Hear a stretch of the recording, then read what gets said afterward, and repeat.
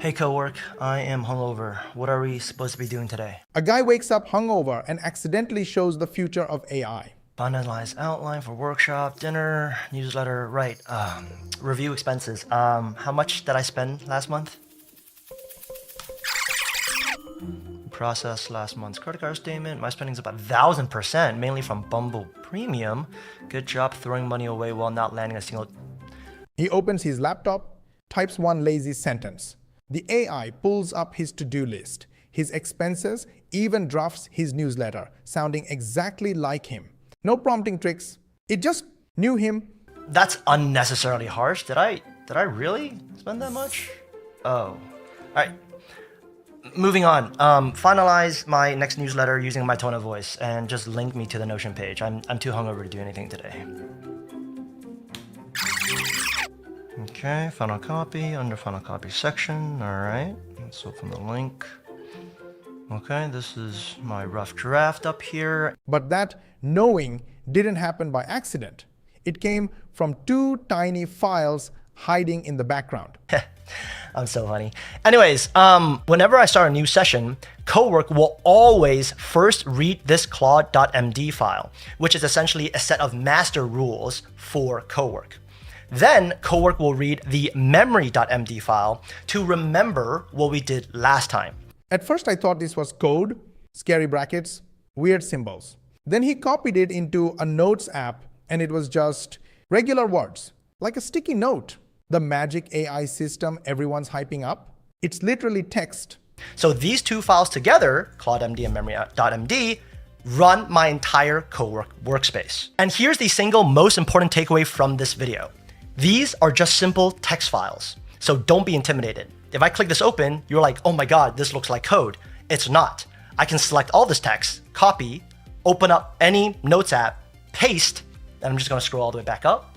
But text alone doesn't do anything. The real trick is how these rules stack on top of each other. The entire system. To really help you understand, here's a simple analogy. The United States is governed by a set of countrywide laws called the US Constitution that apply to every person in every state, theoretically.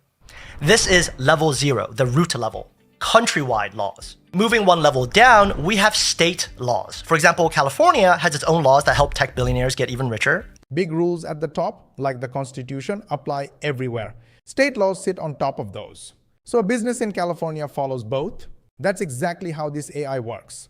Big rules, small rules, layered. And New York, not to be outdone, has New York state laws helping the finance billionaires get even richer. I'm just kidding with the laws, obviously. Not really. But the point is, every state has state level laws that stack on top of the US Constitution. So a business in California is bound by the countrywide constitution. Once you get the layers, the next part is wild. You can teach the AI to literally sound like you. My first Cowork video, and you connected your Cowork to Gmail via connectors right here. What you want to do is go ahead and grab this prompt template that I've linked below. It's the same link. You want to paste this, option 1, Gmail connected prompt template into a new session within Cowork. One prompt, 30 old messages. The AI quietly studies how he writes. Then it builds a voice profile file in the background. Now every email, every newsletter, every reply sounds like the real him. Press enter. And what this does is Cowork is now going to extract writing patterns from your last 30 sent emails to build your voice profile. If you haven't connected Gmail, find 5 writing samples that you like, could be yours or someone else's, and simply paste the prompt template under option 2, no Gmail connected, and it does the same thing. After a few minutes, Cowork will tell you that the voice principles file has... But your voice is just one room in the house. Wait until you see how he organizes his entire life. Dedicated workstations. These workstations handle one specific area of your life. Unlike email, which touches everything, your personal finances live in their own world, right? Their own rules, their own context, their own memory. So first, with the Cowork OS folder mounted, I share the past 12 months of my credit card statements. Money lives in one folder, emails in another. Each room has its own rules and own memory. So when he opens personal finances, the AI only thinks about money. No mixing, no confusion. Pure focus. And then I grab the personal finances prompt template from the same link below where you got all the other templates, and you paste it into Cowork. Before we continue, quick heads up. If you're watching this and thinking, I like the idea, but I want to see how this actually works in practice, I've linked a free training below. It breaks down the exact system and workflow we use, shows how it's already structured, and explains how people use it without having to figure everything out from scratch. If that sounds useful, the link's in the description. You can check it out anytime. Now back to the video. And then you let it run. While that's working, before I get flooded with questions about data privacy, it's just personal preference, okay? I'm fine with sharing my credit card statements with Cowork. If you're not, don't. It's literally that simple. And once you build a few of these rooms, there's one last secret that keeps the whole system running smooth.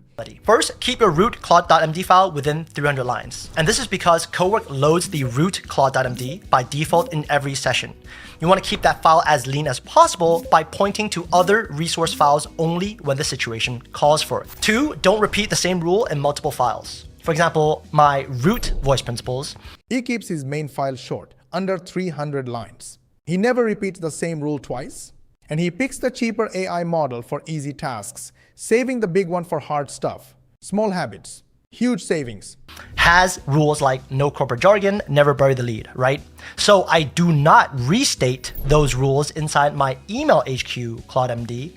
And instead, email HQ only focuses on email specific preferences like thread first drafting. And 3, default to the Sonnet model because 80% of the time, Sonnet is more than enough and it's a fifth of the cost of Opus. That's the whole system. And now you've seen exactly how a normal person turns AI into their unpaid assistant.